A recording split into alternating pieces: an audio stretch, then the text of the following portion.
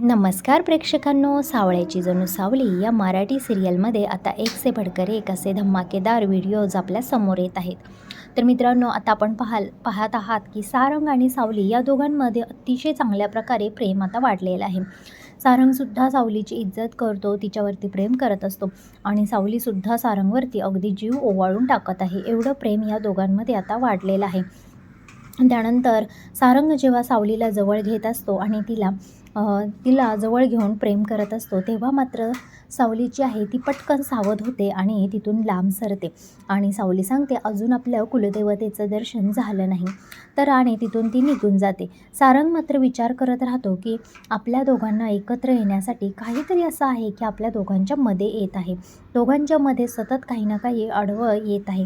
तर ते काय आहे आता आपल्याला शोधून काढलं पाहिजे आणि त्याचं सोल्युशन आता आपल्याला करावं लागेल. त्यानंतर आपण इकडे पाहतो की आता सोहम जो आहे तो ताराच्या रूममध्ये ताराने बोलवलं म्हणून गेलेला असतो. पण ताराने बोलवूनसुद्धा तारा तिकडे तोंड करून झोपलेली असते. मग सोहमसुद्धा तिला उठवत नाही आणि तो सुद्धा जाऊन दुसरीकडे तोंड करून झोपलेला असतो. पण काय होतं की तारा म्हणते की मला वाटलंच होतं की तू तिकडे तोंड करून झोपणार ते, कारण की तुला तर माझी काही पडलेलीच नाही. मी रागवले का, काय झाले, तू मला विचारलंस का सोहम? तेव्हा सोहम म्हणतो, तारा मला वाटलं तुझी झोप लागली असेल. तेव्हा तारा म्हणते, अरे सोहम, हाच तर फरक आहे. तू पहिला तर असा नव्हता आणि आता माझ्याशी असा वागायला लागलेला आहे. तुला फक्त दिवसभर सावली वहिनी, अमृता वहिनी या दोघीच दिसत असतात. बाकी तुला दुसरं काहीच दिसत नाही आणि ऐनवेळी जेव्हा तेव्हा तू त्या दोघींचंच कौतुक करत असतो. सावली वहिनी अशी, सावली वहिनी तशी, तू हमेशा त्यांचं कौतुक करत राहतो. मला काय हवं आहे, माझं काय मत आहे ह्याचा कधी तू विचार केला आहेस का सोहम? आणि सोहम सावली वहिनीचं नाव घेतल्यानंतर त्याला खूप राग येतो. तो म्हणतो, तारा, तू पण मला पहिल्यापासूनच आवडत होतीस, तुझंही मी कौतुक करत होती, पण तू आता अलीकडे असं काही वागायला लागलेली आहेस, त्यामुळे माझं मन उडायला लागलेलं आहे. आणि या वाक्याचा तारालासुद्धा खूप प्रचंड राग येतो. तारासुद्धा त्याला सुनवायला लागते. तेव्हा सोहम मात्र त्या रूममधून बाहेर जाणंच पसंत करतो आणि जिन्यावरती जाऊन बसलेला असतो. तोपर्यंत तिथे येतो बबलू आणि बबलू त्याला हिनवत मजाकमध्ये म्हणत असतो की काय रे सोहम, इथं का बसला आहेस? तुला काय रूमच्या बाहेर काढलं की काय? आज हाकलून दिलं वाटतं वहिनीने तुला. त्यानंतर सोहम म्हणतो, नाही, मीच निघून आलेलो आहे. आणि सोहम म्हणतो, बबलू, तू काय करत आहेस इथे? तर बबलू म्हणतो, अरे मला खूप जोराची भूक लागलेली आहे म्हणून बघतोय किचनमध्ये काही खायला मिळतंय का ते. तेव्हा सोहम म्हणतो, चल, मलाही भूक लागलेली आहे, आपण दोघंच मिळून काहीतरी खाऊयात म्हणून. आणि दोघं किचनच्या साईडला निघालेले असतात. किचनमध्ये मात्र इकडे जयंती जी आहे ती सर्वात आधी पोचलेली असते आणि ती फ्रीजमधला केक जो आहे तो हवऱ्यावाणी घेऊन खायला सुरुवात केलेली असते. पण तिनं जसं का बघितलं की किचनमध्ये ऐश्वर्या येते, तशी ती किचन कट्ट्याच्या खाली लपलेली असते आणि लपल्यानंतर ऐश्वर्या येते. ऐश्वर्या दूध गरम करत असते, कारण तिला नित्यनेमानं अमृताला दूध द्यायचं असतं आणि त्याच्यामध्ये औषध द्यायचं असतं. एक दिवससुद्धा तो चुकवत नाही असं अमृताला औषध देण्याचं, कारण ते औषध असतं म्हणजे अमृताला बाळ होऊ नये म्हणून. आणि त्यानंतर ती त्याप्रमाणे दूध गरम करून त्यामध्ये औषध हे मिक्स करत असते आणि हे सगळं झाल्यानंतर ती तिथून निघून जाते. आणि जयंती उठणार तेवढ्यात तिथे सोहम आणि बबलू येतात. सोहम आणि बबलू आल्यानंतर ते बोलतात, आता आपण काय बनवूया खायला? तर सोहम म्हणतो, चल आपण नूडल्स खाऊयात म्हणून. आणि नूडल्स कसे बनवायचे, काय बनवायचे, बबलू सगळं बुकमध्ये बघत असतो. आणि त्यानंतर मात्र दोघेजण एक टोप घेतात, त्यामध्ये पाणी ओततात आणि सोहम सांगत असतो आता पुढे काय करायचं. आणि तोपर्यंत बबलूच्या हातातून जे आहे भाजीची टोकरी खाली पडते आणि खाली बसलेल्या जयंतीच्या डोक्यावरती सगळी भाजी जाऊन बसते. तसं जयंतीला वाटतं की काय झालं, म्हणून जयंती ओरडायला लागते आणि बबलूसुद्धा म्हणत असतो, चोर चोर, वाचवा वाचवा म्हणून. आणि त्यानंतर जयंती म्हणते, मी नाही तू चोर, आणि बबलू म्हणतो, मी नाही तू चोर. असं दोघांचं तू मेमे चालू होतं. सोहम म्हणतो, गप्प बसा, काय दोघांचं चालू आहे? आणि जयंतीला विचारतो, जयंती, तू इथे खाली बसून काय करत होतीस म्हणून. आणि जयंतीकडे काहीच उत्तर नसतं. ती तिचा केक मागे लपवते आणि म्हणते, नाही, काही नाही, मी तर असंच. आणि तिथून ती निघून जाते. तिथे मात्र येते ती म्हणजे सावली. आणि सावली आल्यानंतर मात्र सावली म्हणते, तुम्ही काय करत आहात सगळेजण किचनमध्ये? तर सोहम म्हणतो, आम्हाला भूक लागली होती म्हणून आम्ही आता नूडल्स बनवून खात आहोत. तर वहिनी म्हणते की तुम्हाला जर काही हरकत नसेल तर मी देऊ का तुमच्यासाठी नूडल्स बनवून? तर बबलू म्हणते, अरे वा, वहिनीच्या हातचे नूडल्स म्हणजे काय बात आहे, आणि चला आपण आता बसूयात, वहिनी आपल्याला बनवून नूडल्स खायला घालेल. तोपर्यंत तिथं सोहम येतो आणि तिथं सारंग येतो आणि सारंग म्हणतो, हो मलाही खायचे आहेत नूडल्स, मलाही बनव. तर सावली म्हणते, तुम्हाला पण भूक लागली आहे का? तर सारंग म्हणतो, नाही तू बनवत आहेस म्हणून थोडंसं मी खाणार आहे. आणि त्यानंतर बबलू आणि सोहम मात्र वहिनीची मजाक घेत असतात. बबलू म्हणत असतो, वहिनी पाणी व त्याच्यात मसाले टाक, असं कर तसं कर. पण सोहम सारंग त्याला सांगतो की बबलू, वहिनीला सगळं माहीत आहे, कसं बनवायचं काय बनवायचं, ती बनवत असते हमेशा. आणि तो बबलूला मजाकमध्ये मारत असतो. त्यानंतर त्यांचा हसी मजाक करत ते जेवण करत असतात. इकडे मात्र अमृताला तिच्या मैत्रिणीचा फोन आलेला असतो आणि अमृता तिच्याशी बोलत असते. तिची मैत्रीण बोलते की कुलकर्ण्यांच्या घरी तुला सांगितलं नव्हतं का पूजेला म्हणून? तेव्हा अमृता म्हणते, नाही मला नाही सांगितलं. आमच्याशी तर त्यांचे संबंध खूप चांगले आहेत आणि माझी मैत्रीण आहे सुद्धा ती, तरीही तिनं मला का नसेल सांगितलं? तेव्हा ती समोरची मैत्रीण तिला सांगते की माफ कर, तुला राग येईल, पण मला असं त्यांच्या घरी गेल्यानंतर समजलं की तुला मूल होत नाही आहे, म्हणून त्या पूजेला तुला बोलवणं हे अपशकुन ठरेल, म्हणून त्यांनी तुला बोलवलं नाही आहे. तेव्हा अमृताला खूप वाईट वाटतं आणि खूप राग देखील येतो की असं थोडी नाही की मूल होत नाही म्हणून मी अपशकुनी झाले आहे. मला काही कधीच मूल होणार नाही का? माझं अजून काय एवढं वय झालं आहे का? होईलच ना आज ना उद्या मूल. आणि त्यानंतर ती समोरची व्यक्ती म्हणते, मैत्रीण म्हणते की हो मला माहीत आहे गं, पण तुला माहीत आहे ना कुलकर्णी कसे आहेत ते. त्यांना खूप हे असलं शकून अपशकुन याबद्दल त्यांना खूप पाळावं लागतं आणि ते पाळत असतात आणि त्यामुळेच त्यांनी तुला बोलवलं नाही. आणि तिथे सुद्धा बसलेल्या सगळ्या बायका हे चर्चा करत होत्या. त्यानंतर मात्र अमृताने फोन ठेवल्यानंतर अमृताला खूप राग येतो आणि तिला खूप वाईट वाटतं आणि ती खूप रडायला लागते. इकडे मात्र ती रडत रडत बाहेर आलेली असते. तेव्हा ऐश्वर्या तिला विचारते, काय झालं अमृता, का रडत आहेस म्हणून? तेव्हा अमृता काहीच उत्तर देत नाही. तिला मात्र खूप रडायला येत असतं. तर ऐश्वर्या म्हणते, अगं बोल, काय झालं तुला? कोण काय बोललं का? तुला काय होतंय का काय?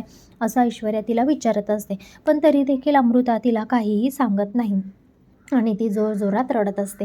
तिथे त्या रडण्याचा आवाज ऐकून सारंग, सावली, सोहम, बबलू सगळे तिथे येत असतात आणि अमृताला सावली विचारते, काय झालं वहिनी, अहो का रडत आहात तुम्ही? त्यानंतर जी आहे ती अमृता सांगते की ऐश्वर्या तिला म्हणते की काय झालं? तेव्हा ती सांगते की माझ्या मैत्रिणीचा फोन आला होता आणि त्या घरातल्या पूजेसाठी मला बाळ झालं नाही म्हणून बोलवलं नाही. तर एवढी मोठी चुकी मी केलेली आहे का? आता कोणत्या पूजेलासुद्धा मी जाऊ शकत नाही का?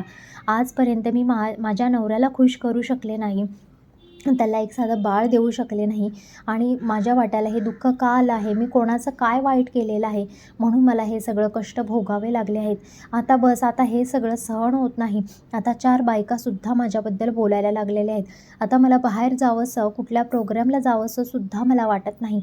आणि त्यानंतर सावली तिला समजवत असते आणि त्यानंतर ऐश्वर्या म्हणते की अगं अमृता, हे सगळं बंद कर तू. तुला माहीत आहे ना तुझं औषध चालू आहे म्हणून. मी तुला दुधातून जे औषध देत आहे त्याचा आज ना उद्या फरक तुला नक्की पडेल आणि तू नक्की आई होशील. पण बबलूला कळतं की त्या दुधाचे जे औषध असतं त्यामध्ये त्याने पावडर बदललेली असते आणि त्याला त्याची चूक वाटतं. म्हणून तो म्हणतो की अमृता वहिनी, हे सगळं माझ्यामुळेच झालेलं आहे. तर सगळे त्याच्याकडे आश्चर्यकारक बघतात आणि बोलतात, बबलू काय बोलत आहात तुम्ही? तर बबलू म्हणतो, हो त्या पावडरीमध्ये मी माझ्याकडून पावडर सांडली होती आणि ती पावडर मी दुसरी पावडर त्याच्यामध्ये भरून ठेवलेली आहे. त्यामुळे ऐश्वर्याला असा जी राग येतो ऐश्वर्या त्याच्यावरती एकदम जोरात ओरडायला लागते, पावडर बदललीस? तुला काय समजतं की नाही बबलू? तो कोण आहेस या घरातला? एक नोकर आहे, नोकराप्रमाणे राहा. तुला लोडबुड काढायची किचनमध्ये काय गरज होती? पावडर सांडली म्हणजे एवढ्या दिवस तू खोटी पावडर भरून ठेवलीस का? हे कसं काय तू करू शकतो? तुला काय गरज होती खोटी पावडर भरून ठेवायची? हे धंदे करतोस का तू घरामध्ये? एवढं त्याला घाण बोलायला लागते. त्यानंतर सोहम तिला म्हणतो, वहिनी हे काय बोलत आहेस तू? छोट्याशा पावडर सांडली म्हणून तू एवढं बोलणार आहेस का त्याला घालून पाडून? त्यानंतर ऐश्वर्या म्हणते, छोटीशी पावडर नव्हती ती, असं डोळे मोठे करून त्याला बोलत असते आणि ते सगळ्यांच्या नजरा तिच्याकडे फिरलेल्या असतात की ऐश्वर्या एवढी का तापलेली आहे म्हणून. आणि त्यानंतर तिला जाणवतं की सगळे आपल्याकडे बघत आहेत. मग ती बोलते, अमृतासाठी ती पावडर होती आणि तिला बाळ व्हावं यासाठी ती पावडर मी तिला देत होते.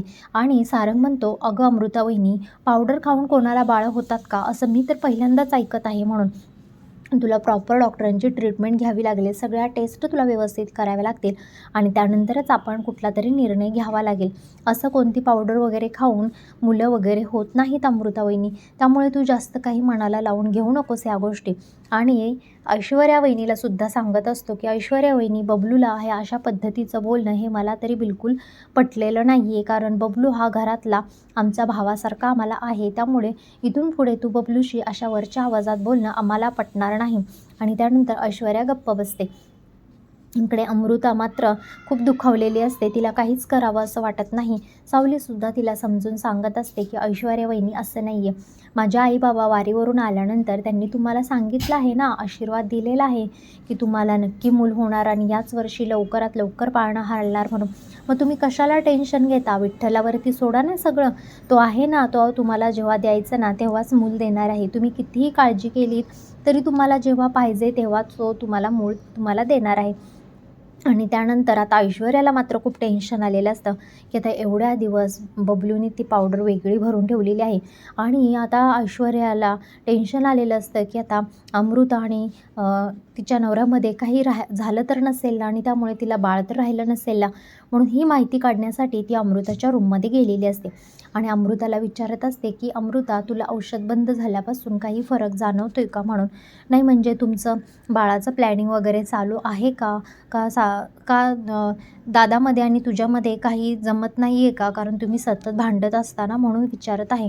तेव्हा जी आहे अमृता तिला सांगते, नाही, आमच्यामध्ये वादावाद होत असले तरी आम्ही बाळासाठी प्रयत्न करत आहोत, आम्ही ज्या त्या तारखेला येणाऱ्या तारखेला आम्ही प्रयत्न करत आहोत म्हणून. त्यानंतर ऐश्वर्याला तर आता जास्तच टेन्शन येतं आणि तिला वाटतं की आता पावडर पण बंद आहे आणि ही प्रयत्न पण करत आहे, त्यामुळे आता कदाचित हिला बाळ राहते की काय. आणि तोपर्यंतच अमृताला वॉमिटिंग होत असतं, उलटी होत असते आणि ती उलटी करण्यासाठी बाथरूममध्ये पळत जाते. मग मात्र ऐश्वर्याला आता 101% गॅरंटी बसते की आता अमृता ही प्रेग्नेंट राहिलेली आहे. आणि त्यानंतर ती खाली येऊन सावलीलासुद्धा अमृता सांगते की मला वॉमिटिंग होत आहेत. रात्री डॉक्टरांना बोलवतात आणि त्यानंतर डॉक्टरसुद्धा सांगतात की हो, अमृताला बाळ राहिलेलं आहे म्हणून. आणि त्यानंतर घरातले सारंग, तिलोत्तमा सगळ्यांना खूप खूप आनंद होतो. पण ऐश्वर्या मात्र अगदी तिरस्काराच्या रूपाने त्या अमृताकडे बघत असते आणि तिला म्हणत असते मनातल्या मनात की जरी तू प्रेग्नेंट राहिलेली असली ना, तरी या घरामध्ये मी तुझा पोटातून बाळ येऊ देणार नाही, मी त्याला मारून टाकणार, असं तिच्या मनामध्ये द्वेषाची भावना निर्माण झालेली असते. आणि ती कुठे ना कुठे बाळाला इजा पोहोचवायचा आता प्रयत्न करणार आहे, तसा प्लॅन ती करणार आहे. कारण तिनं अगोदरच सांगितलेलं आहे की या घरामध्ये जर मला बाळ होणार नसेल ना, तर मी कोणालाही या घरामध्ये बाळ होऊ देणार नाही. आणि त्यामुळे 101% ती इथून पुढे काही ना काही अमृतासाठी प्लॅन्स करणार आहे की जेणेकरून अमृताचं बाळ हे खाली व्हावं म्हणून. इकडे मात्र आता सावली किचनमध्ये काम करत असते आणि तिथे येते ती म्हणजे जयंती. आणि जयंती ही फ्रीजकडे निघालेली असते हळूहळू. तेव्हा सावली तिची कामं करत असते आणि तरीही ती म्हणते, सावली वहिनी म्हणते की जयंती वहिनी, तुम्ही केककडे निघालेला आहात फ्रीजमध्ये घेण्यासाठी, पण फ्रीजमधला केक आता संपलेला आहे. तेव्हा जयंती म्हणते, नाही म्हणजे तुला काय वाटतं की मी या घरामध्ये फक्त खात असते म्हणून, आणि मी काय हावरी आहे का एवढी येऊन सतत केक खायला. तर सावली म्हणते, नाही, तुम्ही ज्याप्रमाणे किचनमध्ये येऊन खाताय ना, ते मी सगळं पाहिलेलं आहे वहिनी आपण. तर जयंती म्हणते, आता तू माझं काही खाणं पिणं पण काढणार आहेस का, आमच्या घरामध्ये माहिती आहे ना किती लोकं खात पीत होती. तर सावली म्हणते, वहिनी आपल्या घरची गोष्ट वेगळी आहे, हे माझं सासर आहे, त्यामुळे इथे असं खाणं तुम्हाला बरं दिसत नाही. लोक नावं ठेवतात आणि लोकांनासुद्धा सगळं तुमचं दिसतं. तुम्हाला असं वाटत असेल की कोणाला काही कळत नाही, पण इथे सगळ्यांना तुमचं हे वागणं दिसत आहे. त्यामुळे वहिनी असं तुम्ही करू नका. आणि जयंती जी आहे ती सावलीला उनं बोलायला सुरुवात करते, आता माझं तू खाणं काढायला लागलेली आहेस, म्हणजे आता या घरात मी राहू तरी कशाला ना, की आता तू माझं खाणं पिणंसुद्धा काढत आहेस म्हणून.